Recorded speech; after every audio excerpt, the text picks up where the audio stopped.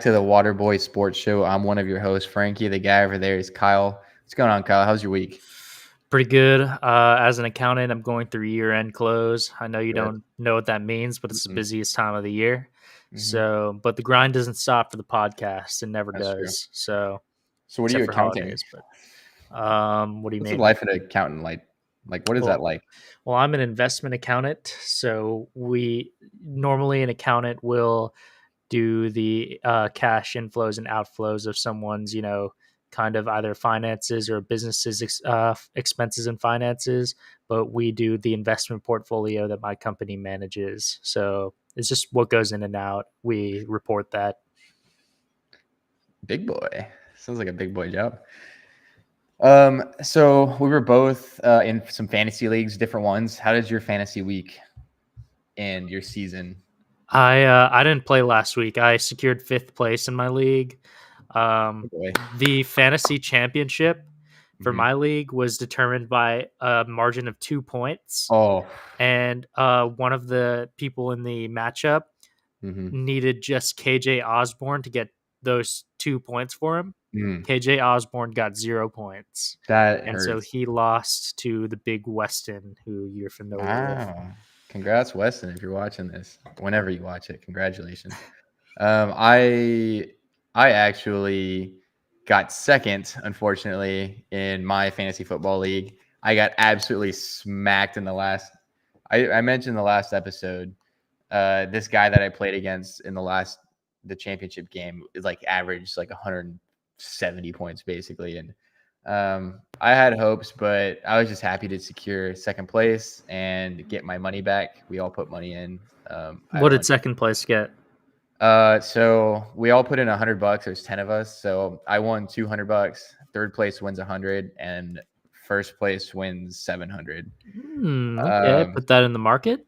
yeah. Put it in market. Put it in Nvidia or something. I don't know. Who knows? Maybe donate to the NIL collective at UTSA.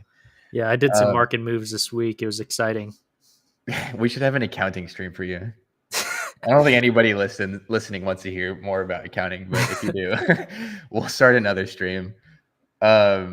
Speaking of being on that grind, Kyle, you want to tell me what happened about our whatever you just told me right before this that I didn't know about? Basically, as all of you know who've been listening, we've been looking for an intern for the show, an unpaid internship, obviously, and we were blocked from posting an internship on Indeed because apparently you're not allowed to post unpaid positions on Indeed.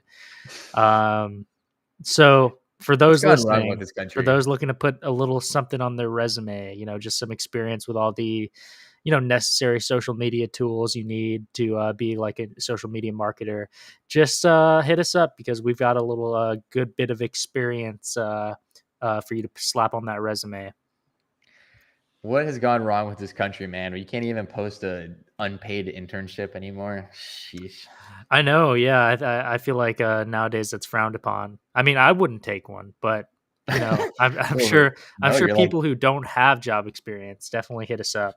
you're like 30 years old at this point and have a job. Why would you take one? You're the one telling me I'm pushing 30, huh? I'm not there yet, so we got plenty of time. But anyway, let's start off with the NFL here. We have a couple games. We wanted to get this episode out because we have a couple games slated up for a Saturday matchup, Week 18. First, we have Steelers-Ravens today at 3:35 Central Time. Two of these games, I think, are going to be pretty much the battle of mediocrity. We'll preview the second game. But this Steelers-Ravens game, it's a must-win for the Steelers right now to make the playoffs. The Ravens, they already clinched the AFC, the first seed, so pretty much every single starter is going to be out. OBJ is out. Lamar Jackson is out. Is that right? That's right. Damn, this is an opportunity for them for sure. It really is. But you hear what's going on with the Steelers quarterback room, dude. They're in shambles right now. Yeah, Kenny Pickett is apparently not the guy, which No. I mean, I knew that, but I wanted to think otherwise after that Toy Story game, honestly. I was a real big Kenny Pickett fan after watching that Toy Story game earlier this season, I will say. But unfortunately, I think even Ben Roethlisberger came out and said something like the Steelers are in shambles. Like the Steelers are a tough, hard-nosed team that embodies like the city of Pittsburgh and just like blue collar working. And that's like been their mantra and like their brand. And Yeah. I think Roethlisberger said something like it's gone. It's But still apparently only like a 66% chance for them to make the playoffs if they win, because you have the other matchup that's going on at 7:15 Central Standard Time today, which is the Texans and Colts, who are both 9-7 as well. The Colts are currently in. The Texans are on the bubble. So whoever wins that matchup is most likely going to win the gonna win. going to Yeah. make the playoffs. Hey, at least the Texans like don't have dude, the Texans actually know who their quarterback is, which is good. On the other hand, like I was saying, you have the Steelers. So get this, Mitch Trubisky started when Kenny Pickett got hurt a couple weeks ago or whatever. Yeah, that's And rough. then that's rough to begin with. And then Mason Rudolph, the man who got schwacked in the head by Myles Garrett years ago with a helmet, he has half a brain left apparently. He's replaced Trubisky. And now that Kenny Pickett is healthy, he's got the starting role. It's Mason Rudolph now. It's not even Kenny Pickett. So they're in shambles. That whole quarterback room.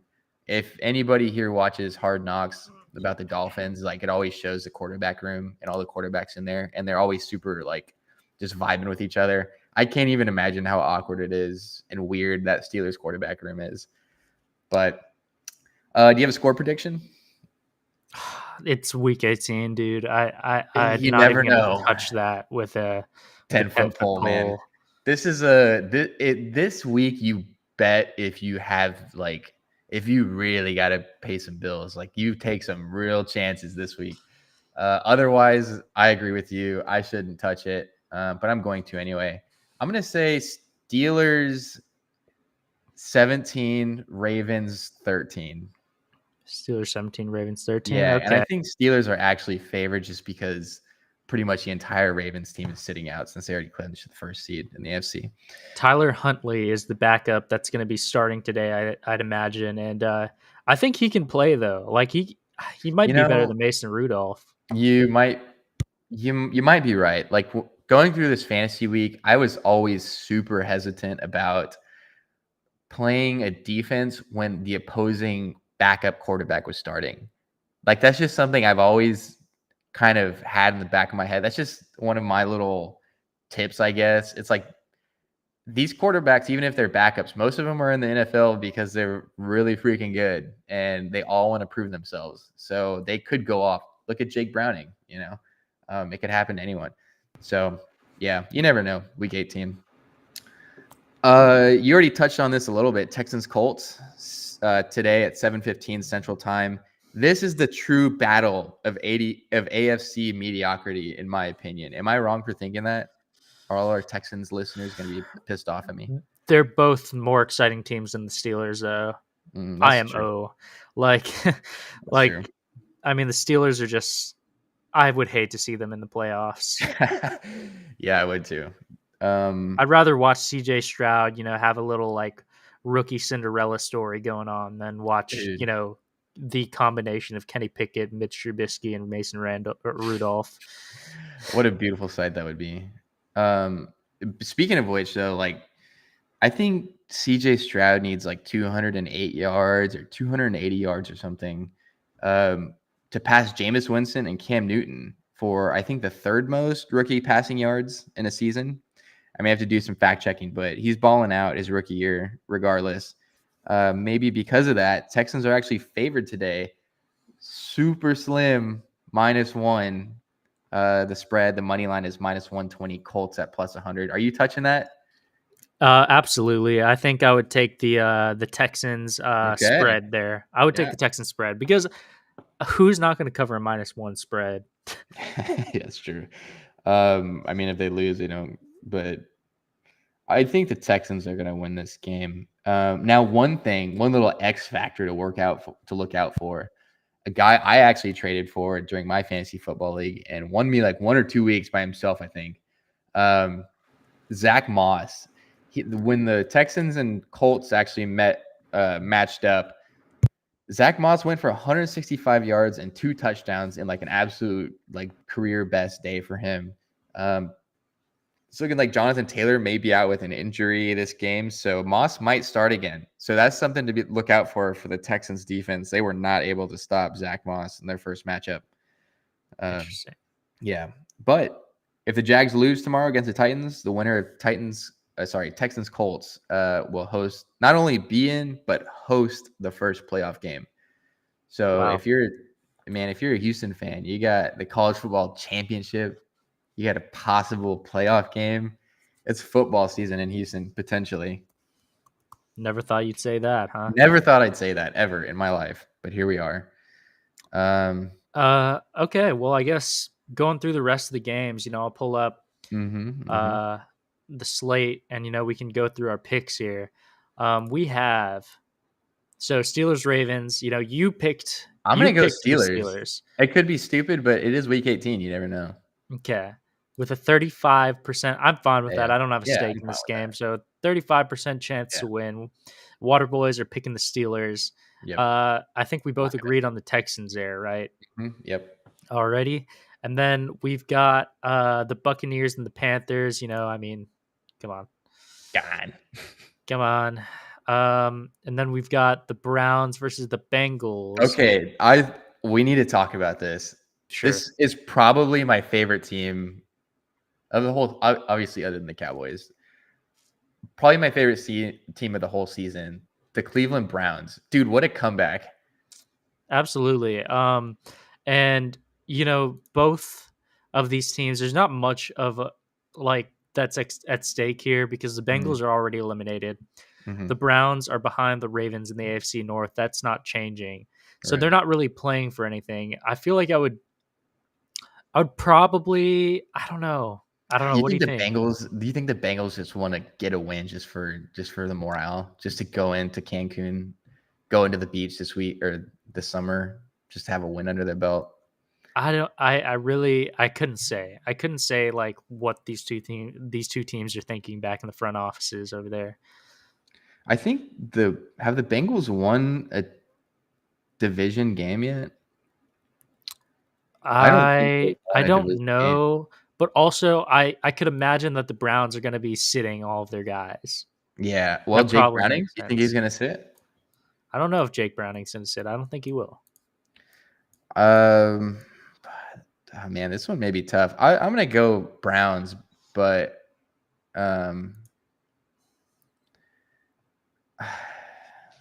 don't overthink it. Just lock it in.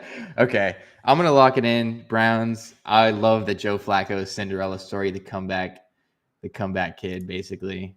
Let's lock in Browns. We've got the Lions and the Vikes. The Lions are 11-5, which is absolutely crazy. Is there a chance for them to seal up some home field advantage here? So I think it's actually going to require some other things to happen. I don't think it's as simple as win and they get. But there's a chance if they do win. But there's a chance, yeah, absolutely. They definitely still have something to play for. Sam Laporta, my tight end this fantasy season, balled out. I'm not going to bet against him. I'm picking the Lions. Vikings are in shambles. Now, actually, so I think the Vikings have a chance to actually play. They're not totally eliminated, but yes, they are. They're 7-9. Well, if they win, they also need the Packers to lose and the Seahawks to lose, and either the Saints or the Bucks to lose. Right now, it's about a 3% chance.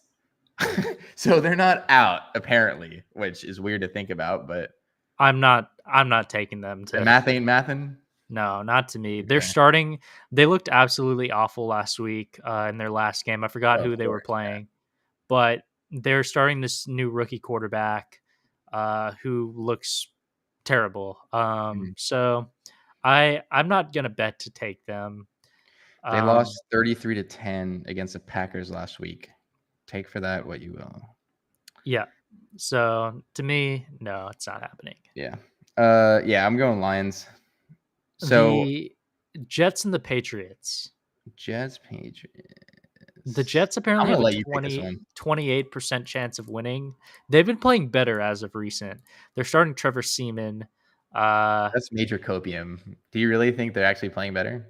They have been playing better. I mean, they schwacked the Commanders, Hmm. and they kind of gave up near the end against the Browns, but it was close. But also the Patriots. I mean, the Patriots are just like basically on their level. Apparently. Now Hmm. don't quote me on this, but the rumors are saying that this could possibly be the last final game for Bill Belichick in Uh-oh. New England. And You think he's currently gonna go out with a dub? Currently, I believe the Patriots are on a 15-game win streak against the Jets or something of that nature. Good goodness. Um, so Who's your pick? Who's your pick? I know my pick.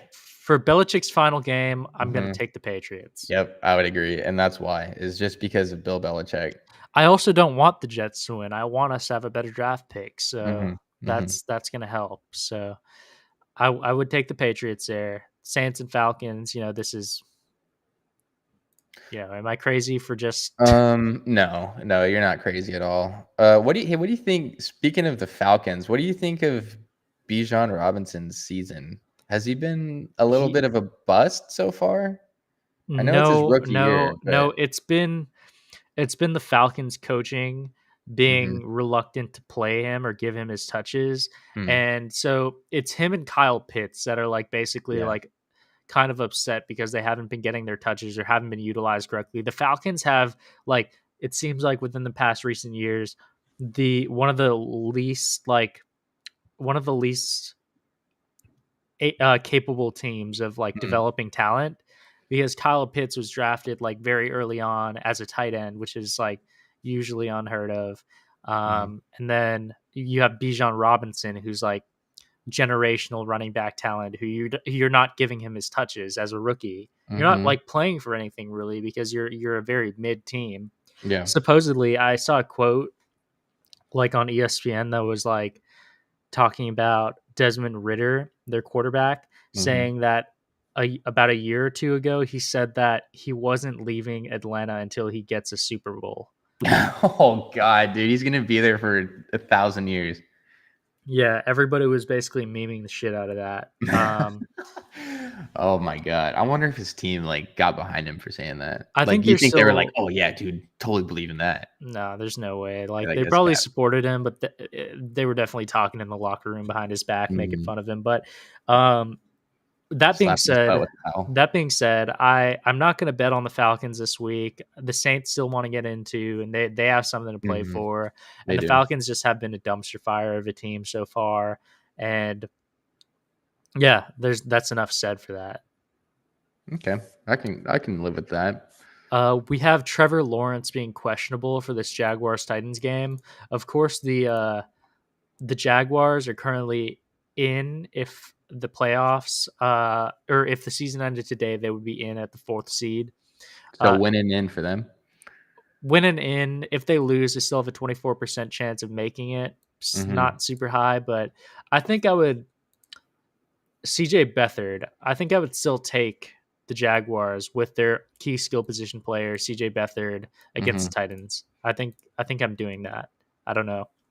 I've already said this. I said this last week. Trevor Lawrence is gonna be like Darth Vader by the time he finishes his career. And by that, I mean he's going to be like half of a cyborg because he's already had so many injuries this season. I'm pretty like, I've been saying it. He's probably been concussed for like half the season. He has like something going on with his ankle or his leg and then also his shoulder now. I don't think we're going to see the true Trevor Lawrence that everybody was hoping to see last season when they beat the Cowboys. They were like, "Oh man, this is like Trevor Lawrence now." I don't think we're going to see that Trevor Lawrence this season, unfortunately, for the rest of the season. But I do think the Jags will come out with a win. The Titans just are not great. Yeah, This could be. You think Derrick Henry is going to leave the Titans? I could see it. I mean, he's been like the Titans' heart and soul basically Yeah. for the Yeah. past however long. I could see him leaving for a better team, but Hmm. I don't know. At the end of the day, as well, Will Levis still has a future at at some level. Yeah, So he does. I I think don't know. Maybe he stays for that. I'm gonna make a bold prediction. Derrick Henry to the Cowboys next season. Yeah. Make it Okay. happen, Jerry. Make it happen. We don't have any presence at running back, and I can dream. Man can dream. Go ahead and dream. Go ahead and I'll dream. dream. Seahawks versus Cardinals. This seems pretty straightforward to me. Yeah, Um, I would agree. Ooh, Chiefs and Chiefs. Chargers. Chargers. Is Taylor Chiefs. Swift going to be at the game? I think that's the big thing here. Chiefs have been struggling lately. Uh, I don't know what the like sitting out situation is looking like, but the Chargers, I mean, they're well eliminated by now. They don't have shit to play for. So Hmm. I'm going to vent here a little bit. Taylor Swift kind of ruined my fantasy football season, and I hope she hears this somehow. If somebody can tweet at her and let her know that she really ruined my fantasy football season. I started off the season picking Travis Kelsey as actually my number one pick, which was very, very controversial. A little bit, you don't normally start off with the tight end, and I also doubled down and picked Patrick Mahomes in like one of the top rounds, which you don't normally pick a quarterback, usually like one of the top rounds, right? But I did. I doubled down on the Chiefs, and I knew they were going to have just a banger of a season. Like, who was going to stand in front of them in the AFC at the beginning of the season? This was my thought. yeah, yeah, And Taylor Swift comes around. My boy Travis Kelsey cannot get more than like 3 catches a game anymore when she's there. In my championship game, I think he caught last week, he had 3 catches for like 15 yards or something. Patrick Mahomes just abysmal. He has nobody on his receiving core that can catch. So yeah. I I just wanted mean, to vent a little bit. it has a lot to do with that because Travis Kelsey, like all these teams know, they just have to double him or stop him to be able to like have an effective game against the Chiefs because nobody can catch on the Chiefs. So this is Mhm. definitely going to be a wake up call season for the Chiefs. Maybe they pull off some like Patty Mahomes magic or something and end up winning again, but they're definitely not. They're definitely not going to rest on their laurels. I feel like even if they win this season, because they know how much of a struggle it's been with this receiving core. Mhm. Mhm. Well, I just wanted to vent a little bit and maybe speak on behalf of some of our other listeners who did take a chance on Travis Kelsey or Patrick Mahomes in their fantasy football careers. I'm right there with you. For sure, for sure. We then have the Broncos, who are eliminated, and the Raiders. The Raiders are also eliminated. There's nothing to play for here. Russell Wilson has had an absolutely like abysmal season, like tenure with the Broncos, basically, and they're ready to move on from him. I know for a fact. Mhm. Uh, Mhm. Raiders 84% chance favorite. I'm just gonna go ahead and I take the like the safe bet and Raiders. take I them like the Raiders here. for sure. Packers and Bears, pretty Go Bears. straightforward. Packers, Packers, Ooh, go really? pack, Is it go. that straightforward? To me, yeah. What? Just Like you don't think Justin Fields is going to have a little bit of magic left maybe in he's Week gonna 18 play for for his his right career? to be on the team, Yeah, but the Packers, man, like they still need to win to be in the playoffs, so they're playing for a lot here. that's true. I think Justin Fields is going to have a lot to play for, though. Personally, on a personal and career level for him. It might be like a dark horse key game to watch for Yeah, sure. yeah. Like we've talked about it several weeks ago. I think I picked a parlay like 3 teams that were sure favorites to win, and I don't think any of them won. So I've been really hesitant to like just pick the favorites in the NFL now. I Yeah. would actually go Bears here, but let's stick with the Packers. Go ahead. Just remember this. Okay. I'm gonna go Eagles here. Yep. Danny DeVito, Rip. him and his he's basically what is he benched now? I think he's I benched. I think he's still benched. We'll see tomorrow, but last game, yeah, he was benched. I'd So imagine the Eagles are going to be sitting some key people, but I still think that they would pretty much pull this one out. do they have any? So obviously they have a playoff spot. But if they win and the Cowboys lose, they would win the NFC East. Which would mean that they probably have a pretty good shot at the 2 seed. Yeah. I'm not exactly sure because of the Lions still being in the mix The there. Lions, yeah. And there's also going to be some tiebreakers. This is when the 5-head exquisite wine glasses come out and all the number crunchers, because there's so many tiebreakers and like percentages. You got to kind of see how the week 18 shakes out for some of these teams. For sure. That being said, the 49ers at 12-4 are also still playing for their home field advantage, even though they're the 1 seed right now. 79% favored against the Rams. I mean, the 49ers are just stacked as a team. So to me, that's. And we'll talk about it here in a little bit. Like half the freaking NFC Pro Bowl team is like 49ers. So, but we'll get to that. Then, you'll be happy to know for me that I think that the Cowboys absolutely own the Commander's soul. And I don't think you'll bet against the Cowboys, will you? Your lips to God's ears. No, I hope. This is really big for the Cowboys. We all have seen how prolific they are at home when they play at home. I think they're probably 17-0 now in the last 17 games. They really need this, and they really need some luck just to stay at that 2 seed, just so we can get eliminated against the 49ers again. Just, death, taxes, and 49ers eliminating the Cowboys is pretty much a sure thing. I hope so much that that's not true this season, but yeah, I'm already prepared for heartbreak. If we get a Dak Prescott that throws to CeeDee Lamb in a potential Cowboys 49ers NFC championship game where he's consistently throwing to CeeDee Lamb and not just like completely cutting him off after in the second half, then I think we have a good chance. But for some reason, there's been some weird stuff where like CD pops off in the first half and then Dak just like completely forgets about him in the second half. But I think we'll have a big dub today. We do have something to play for. So I've never been a fan of when Mike McCarthy or Jason Garrett or whoever sat out Dak and back in the day Zeke. They just look super sluggish always in the first playoff game whenever they sat out in week 18. So yeah, I'm glad they're actually going to be playing and getting reps. Yeah, absolutely. We got the Bills and Dolphins here. Probably the most exciting matchup of the week, as the Bills are technically still in the hunt. They are 10-6 currently. If they lose, they have a 68% chance of missing the of still making the playoffs. Which there's a chance they could not make it, but I think that they'll probably be safe to make it. Another thing to look out for is Stephon Diggs has not had a 100-yard receiving game since week 6. Interesting. So maybe this is his game. Great players always have a way to shine when they need to. I think he might go off here.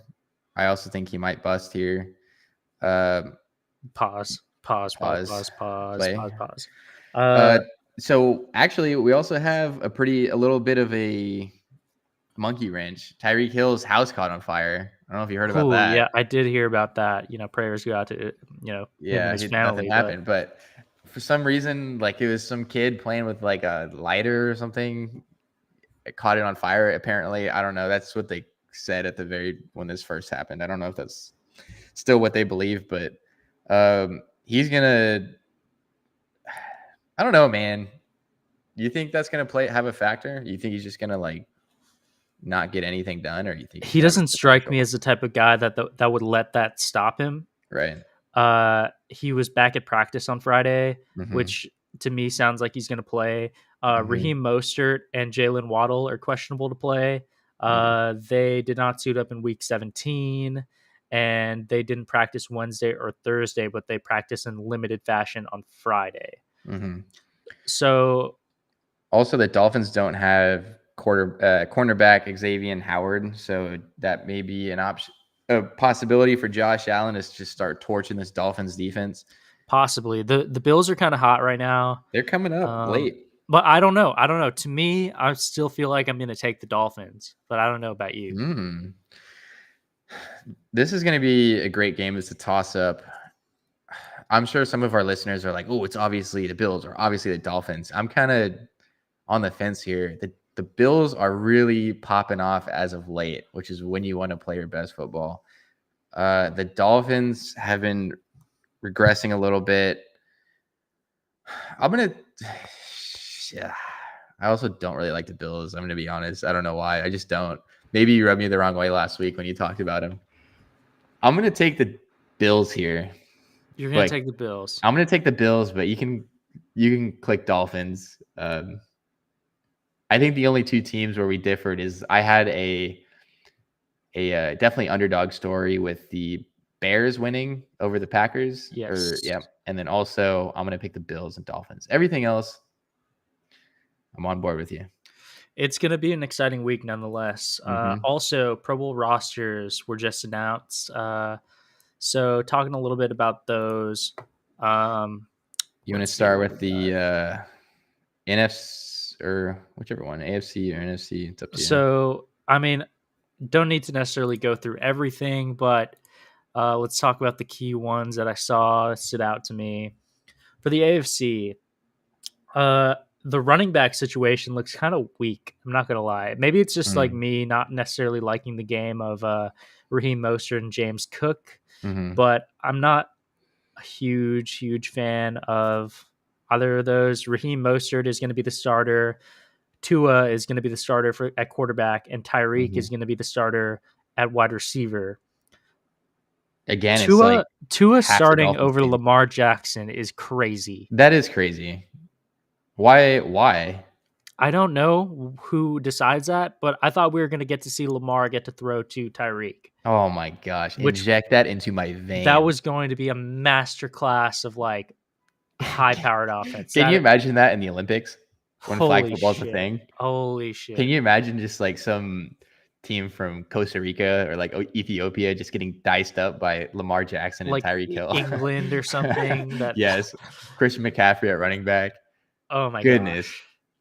I can't wait for that. I hope they play, but yeah, that is weird. I don't know why Lamar isn't starting. Yeah, pretty weird to me. My Jets got two Pro Bowlers. We got Quinnen Williams, who will be starting in the and they're starting with 4 on the line, and then basically we got Sauce Gardner starting at cornerback as well, which is pretty awesome. I want to see. We have Alec Ingold at fullback. I don't know if, like I said, any of our listeners. I started watching Hard Knocks not too long ago just because I heard so much about it, and it's pretty good. Alec Ingold, dude, he's like the guy you like, the friend everyone needs. Is like he just does not need any recognition at all, and just puts his body on the line for Raheem Mostert every single week, and he's just like constantly just like praising Raheem, and it's like, what a guy. It kind of seems like this Pro Bowl committee was pretty much like just dick riding the Dolphins. It's like this is crazy. Like all 4 of like the key skill positions, basically, they're starting except for tight end, I guess. Yeah. And I don't know. That's weird to me. That's kind of weird. It is. Especially, like I don't agree with their starting Tua over Lamar. Talking about like, I guess, a little snub on the AFC that I wanted to see, basically, Patrick Queen from the Ravens, a linebacker, made it over Quincy Williams, the brother of Quinnen Williams. He's had an amazing season. Interesting. That's what I saw. You know, there's some other guys like Travis Etienne who didn't make it, Isaiah Pacheco. And then going over to the NFC, we have starting. Dak is not the starter. Brock Purdy's the starter at quarterback. How do you feel about that? I don't like that. I think Dak is the best quarterback in the NFC right now. I authentically believe that, not just as a Cowboys fan. I mean, as somebody from the outside looking in, do you think Brock or Dak, like, what do you think? I would have thought Dak would have started over Brock Purdy, but it also just seems like another situation where the 49ers are like the most stacked offensive team, so they're just kind of picking the 49ers guys to be the starters. So, and then we also have CMC starting at running back. Of course. But outside of him, it's kind of weird because I feel like the Pro Bowl is very weak on running back. Yeah, I noticed that. You have DeAndre Swift. I mean, yeah, you're right. DeAndre Swift and Kyron Williams. Not exactly. Rookie on the Rams making it. And another rookie on the Rams, Puka, making it at wide receiver. I like that. Reserve. I do like that. That dude has had some insane catches. That's going to be exciting to see. I think he's kind of like the Garrett Wilson of this Mm-hmm. this rookie class. So I like that. At tight end, you got let's see, George Kittle and Sam Laporta. I like those. The rookie Sam Laporta making it. That's Sure. pretty cool. Yeah. But I'm a big fan of like when different teams play with different players, obviously. So like seeing Brock Purdy throw to CD Lamb will be really cool. Sure. Yeah. Seeing Dak throw to AJ Brown will be cool. To Puka Nakua and Mike Evans, that'll be Mm-hmm. sick. Seeing Dak hand the ball off to Christian McCaffrey. Oh my god, dude. Of course, we had Deron Bland and Mike Parsons making it on defense, which is pretty cool. Deron Bland obviously had a historic season. Interestingly enough, as a reserve at cornerback, we had Devin Witherspoon from the Seattle Seahawks make it, which is deserved, but Mm-hmm. he made it over Tariq Woolen. That sucks. That really sucks. Of Yeah. course, Tariq Woolen went to UTSA and graduated. He's a monster. He just that sucks.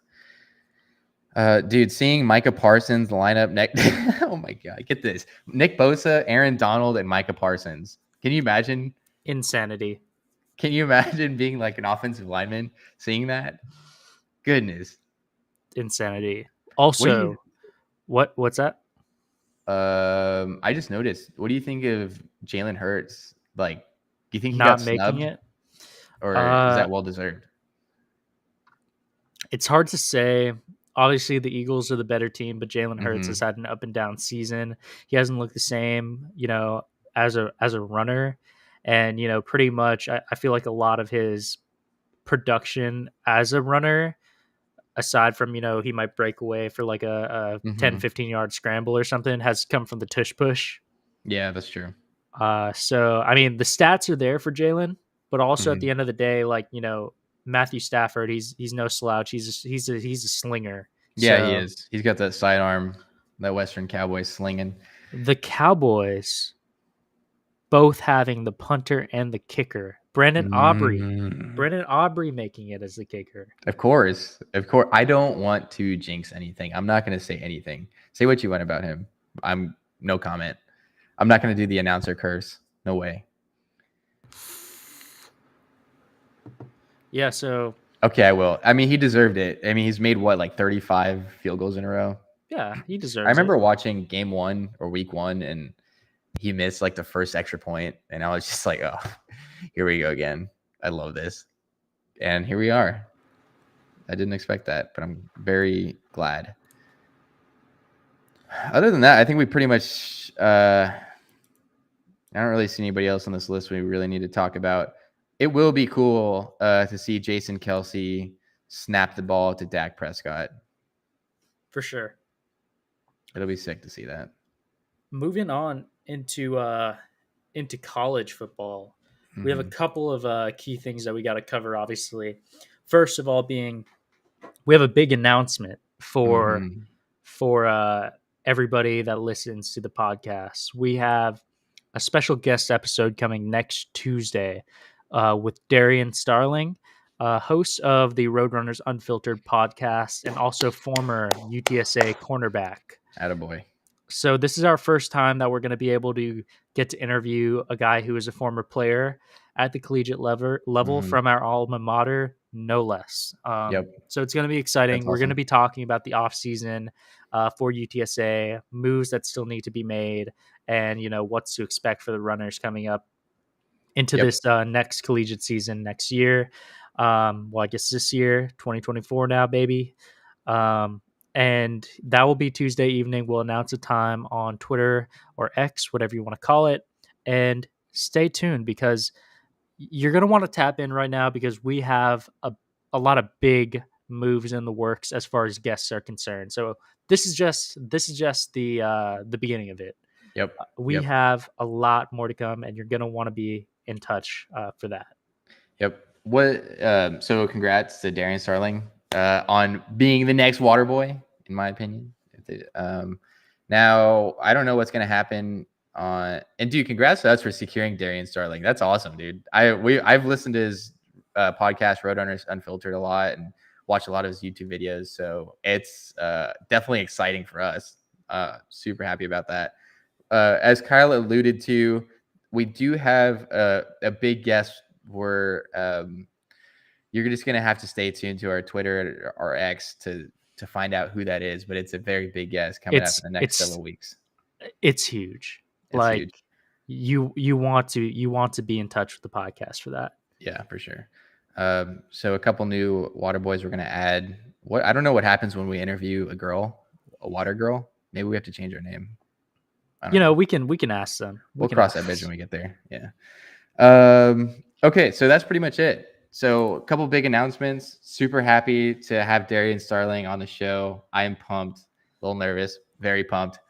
But let's talk about the other two games that we just watched. Yep.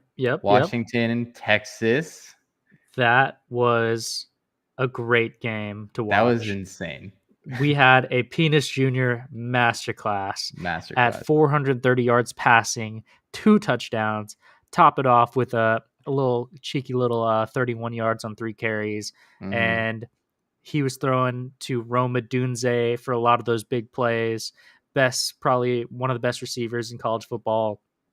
And they are looking good going into the CFP National Championship. A lot of people thought Texas was the most talented team in this college football playoffs, and they did not show it on the other day. We had near the end of the game some late game dramatics. Texas almost getting bailed out by the Dylan Johnson, the running back for Washington, got injured when they should have been just ran out of the clock, and that forced Washington to punt because the clock stopped from the injury timeout. Yeah. And Texas had a chance. They made some key passes, but near the end, they could not get it done. They simply just weren't the more deserving team out there. I think one thing too that people overlooked with that OK State game and UT, and this is something I kind of had in the back of my mind. I wasn't too sure of it, but it was definitely something I was looking at. I knew to watch for in this game. OK State, I mean, put up like 21 points against UT. Like that's something that not a lot of people I think really talked about. Obviously, UT put up 49 against OK State, but you're going against Washington's defense, so that's a very different defense in OK State. I thought that was going to be a huge opportunity for Washington, and it was. I didn't think UT had the star power it needed in the secondary necessarily to go up against an elite offense and Michael Penix Jr. I knew that was something to look for, and it definitely turned out that was very true, that their defense just kind of, I wouldn't say collapsed, but they just weren't able to hang with Washington's high-powered offense. And at the same time, it's surprising because obviously Washington, coming out of the Pac-12, they don't have a good defense. Like they have one of the worst passing defenses in the country, and they were able to still hang with the Quinn Ewers and Xavier Worthy, Jordan Whittington, those types of guys that were being passed to out there, Adonai Mitchell. And so Washington is legit, guys. This is just the proof of it all. And Washington is legit. What do you think of Quinn Ewers? You think there's going to be a quarterback controversy brewing in Austin, or you think that fan base is just riding out the Quinn Ewers over potentially Manning? I really don't know, possibly, but if anything is going to happen with that, we're going to see it in the coming weeks here, because that means that I'm sure Quinn Ewers is going to transfer away.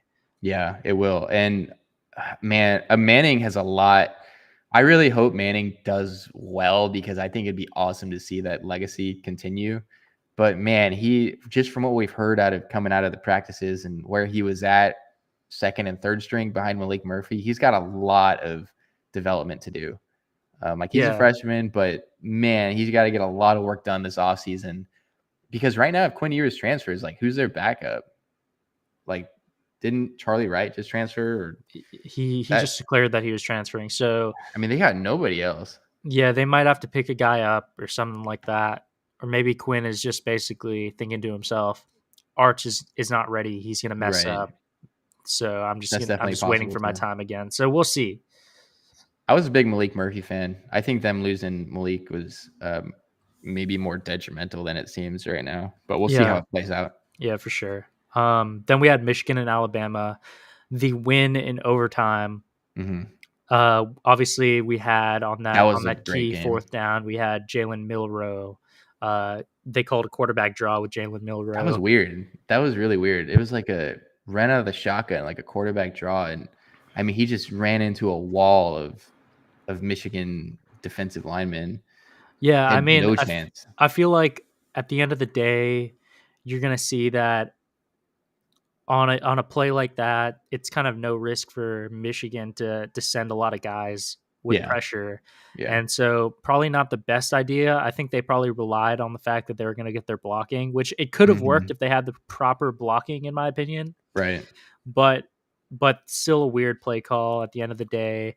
And it's kind of like if you called for a wildcat play on fourth down, like Yeah. nobody's expecting you to convert that. Right. Right. Yeah, you brought up a good point. I think since Michigan had already scored, maybe it was definitely less risk to send the whole, throw everything and the kitchen sink at them, rush and blitz. But maybe they should have had a passing play. I don't know. I mean, I was looking through like Tuscaloosa News and all sorts of different websites, and they were just talking about the same thing as like why that play and what else could have been done. But hey, man, I'm not mad about it just because that means my picks for the semifinals were 2-0. yeah, you're 2-0. I was 1-1.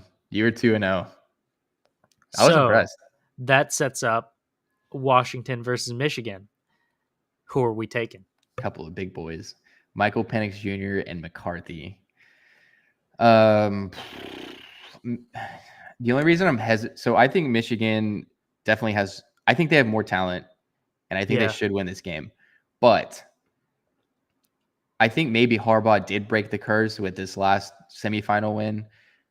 He hasn't been able to finish the fight in Michigan. They've not done well in the CFP, even in the semifinals. I think he was like 0-3 or something. Mm-hmm. They may have broken that curse, and now they could have some big momentum going into the playoffs. They got that first win in the CFP. I'm taking Michigan, but it's gonna be close. It's gonna be really close. I'm I going to wouldn't be disagree. surprised. Hopefully, I'm 3-0 Really, because I am fully riding the Penis Junior wave. pause, Pause. play. So, all right. We have Frankie going Michigan, me going Washington. Let's see how it shakes out come Monday night. Yeah. I just, yeah, I don't think Washington's defense can hang with Michigan's offense. We'll see.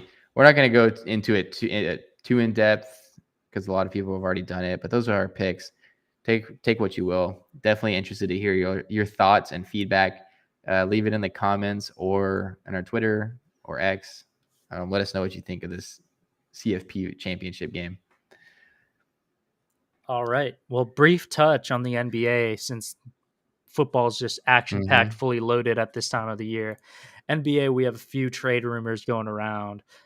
We have, and let me just check it out. We have Pascal Siakam of the Toronto Raptors, who I mentioned last week, likely to be traded. They have officially come out and said that they are going to almost certainly provide or facilitate a trade with him involved, which means that it will be the end of an era in Toronto. Scotty Barnes era, fully reload, basically almost, depending on what they get for Pascal. The people that are in the running for him, there's a lot of different teams, but one of them being the Warriors, who have been struggling recently. We'll get to that in a little bit. But then we also have the Lakers, and I believe it's the Lakers and the Magic or another team, but the Lakers for sure are interested in DeJounte Murray from the Atlanta Hawks. And then, of course, Zach LaVine also on the trade market You said the for a Lakers long are time. interested? Yes, Lakers are interested in DeJounte Murray. He would definitely be probably a perfect fit in LA. I feel like he can defend at a high level on the Yeah. perimeter, and he's been really showing his scoring ability. Then Dude, LeBron loves like these Spurs guards. I mean, he does. that's like just constantly like more and more Spurs players. Like he just, I think he would be a great fit there. I would actually like to see that. Basically, all the players on the Warriors are up for auction. Um, it makes sense because they have been struggling as of late. We're seeing a lot of these teams that have been struggling recently. Chris Paul just had a fractured left hand injury, so he's going to be out for a long time. Their chances of competing are probably not high at the moment, even though they have Steph Curry playing at an all NBA level. Mm-hmm. Obviously, greatest shooter of all time. And we have a lot of these younger guys on the Warriors that are up for trade. So I could definitely see them making a move for Pascal Siakam. But at this point, I don't see with Klay Thompson struggling and with Draymond Green having his issues off the court. I don't think that they're in a good position to compete at all, regardless of what type of move they make. Mm-hmm. We also have the Lakers, who are, I believe, 3 of 8 or 3 of 9 since the in-season tournament win. Very depressing for me, but at the end of the day, we need to do something about this roster because we have a lot of guys who can defend at a high level, like I've mentioned before, but also on the other side of the ball, teams are basically deciding we don't need to guard these guys because they can't score effectively. So we need a real third scorer. Austin Reeves has been playing great. I hope we don't basically send him away. Last game last night, I watched it versus the Grizzlies where we lost to John Morant and his Antics. sidekicks, his thug Yep. sidekicks. Yep. And we had D'Angelo Russell and Rui Hachimura that were quote unquote injured last game. Mm. My take on this is that I don't think they're injured. They're eligible to be traded January 15th because of their contract situation. So I think that they are not actually injured. They're just going to be out the door by the time January 15th rolls around. So whether that means Zach LaVine, whether that means DeJounte Murray, whatever it might be, they're going to be out the door, in my opinion. That's my take. And I think it will be for someone who can really be a third scorer, hopefully alongside Austin Reeves. I don't want to see him in a deal, but yeah, he's great. As a Lesexual, do you think that this is setting up for LeBron to potentially move away from the Lakers, especially since Bronny could be entering this draft? You think is like, we're not even in the play-in tournament anymore. I Lost don't 9 of their last 11. I don't see it in the cards. I don't see LeBron leaving. See, we're in a much worse position last Mm-hmm. year, in which we were probably 8, 9, 10 games below 500 after the All-Star break, and we still made the play-in. Sure. Currently, we're holding on to the 10th seed in the play-in. Currently still in the play-in, I believe, and I think we're just trying to make a move so that we can be able to salvage whatever's left before the All-Star break. And then after that, I still expect us to be in the play-in or the playoffs. It's a tight race out west right now. We also have the Suns, who have been struggling as of late with injury concerns. Bradley Beal, Devin Booker, Kevin Durant haven't gotten a lot of playing time together, but they have still struggled even with Kevin Durant and Devin Booker at least playing together for them, which means that they're also on the cusp of maybe making a move, but Mm-hmm. they don't have a lot of assets to move at the end of the day. Yeah. So for that, we're seeing a lot of these stars that we know and love. Kevin Durant, LeBron James, Steph Mm-hmm. Curry. These guys are struggling. And we have a Yep. new era of kind of stars out there that are picking up their teams and carrying them on their backs. So One of them, none other than Wemby. well, I I got to wouldn't do the say Wemby that they're watch. really competing. But go ahead, do Oh the no, Wemby watch. I got to do the Wemby watch just because, man, the Celtics game was ugly. I had a couple of friends who went and they were just like shaking their head. It was horrible. Now, fast forward to what was it yesterday when they played the Bucks? Wemby and Giannis, man, what a matchup! Like you can start to see Wemby. What was that? You sucking in because it's a hot take, or were you just vaping like a Yeah, it was nut a job? hot take. It was a hot take. I thought it was a sick matchup. Um, particularly, there was just a couple of sequences where you could see, man, Wemby's got like that competitive spirit in him. There was one in particular where Giannis dunked over a bunch of Spurs players. Very next play, Wemby comes back, basically drives the floor, throws the ball off the glass, and passes it to himself off like an alley-oop. Insane. And then also at the end of the game, I think it was 124 to 121. Wemby stuffed Giannis at the rim, which is not something that you usually see at all from it, like ever. Yeah. Trey Jones had an opportunity to tie it. He missed it. But man, what a game. However, where there's smoke, there is fire. And I've been saying this. The kid does not want to lose. He's a competitor. There's apparently reports that he's frustrated with the amount of playing time he's get. Yeah. So he's frustrated with Pop. Yeah. And so let's see. So I can set this up, I guess. So Set it up. Set it up. basically, Wemby had a whole basically game plan for the season that was structured by Pop in the front office and the personnel that they were going to restrict his minutes based off of protecting his right ankle so that they don't re-aggravate that injury. And he's frustrated with his playing time because of that. Pop's not authorizing him to play. Basically, what happened in one of the games recently, I forgot who they were playing, but he exited with 3 minutes left in the game. Wemby then checked himself back into the game at 1:46 left on the clock. He recorded a dunk, and then with 1:13 left to go, basically 30 seconds later, Pop pulled him at the 1:10 mark. And he said he wasn't allowed to sub in, but he did it anyway. He did it anyway, which says a couple things.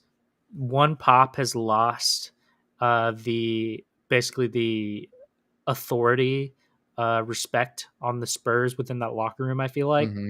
And there's questions about whether or not, we've talked about it before, whether or not Pop is really doing his best coaching anymore. To me, I feel like with a guy like Wemby, and a lot of Spurs fans might disagree with me on this because they want to see Wemby play. He's the generational talent. He's the next GOAT, whatever. But to me, if you have a guy like that and you already don't want to lose game, or you don't want to win games at this point in the season. Right. No, absolutely. When you have a guy like that, you cannot risk injuring him if he has a historical injury that you don't want to re-aggravate that, because if he has to play his whole career through injuries, it's not going to be good for the Spurs. With a guy of his body, his stature, his physique, he's a kid, right? Like he's like exactly. What, 18, 19? I mean, he just had his birthday. It's I completely agree with you. I don't think Pop has necessarily lost touch with the team. I think Wemby's just a competitor, and he's just gonna. I mean, he clearly hates losing more than anything, and he wants to play. He's a young guy. He needs to stay healthy. I'm still okay with riding this train. I think Pop is doing a great job, but you definitely, like, you're right. You don't want to win games right now and like get sent to the shadow realm in the draft, which won't happen. We're not gonna like all of a sudden win 40 games in a row, right? But we definitely want one of those top 4 picks. And right now we're, I think, 3rd worst team in the league. So yeah, even when we had David Robinson, like we had a horrible record, and it took him like breaking his foot or something to draft Tim Duncan, and then we started winning. You don't just win just for one player in the NBA. Yeah, and I feel like what Spurs fans are kind of conflating here is the idea that, like, okay, Pop has already had struggles this season. He had the Kawhi drama, and he also had the Point Sochan experience, which like didn't work. Yeah, like this is just the next thing. Yeah, the cherry on top, basically. So Spurs fans, to me, don't panic. Don't be super alarmist with Pop just yet. It's too early for that. Just go ahead and watch your team lose for enjoy the ticket prices while you for can. one more year, because better days are on the horizon. I hope so. I can definitely say there's a bright future for the Spurs still. So I think so too. Well, I think that does it for episode 11. Anything else you think we should touch on, Kyle? No, I think we're all good. The All-Star voting did come out, but we don't need to cover that till anything's basically final.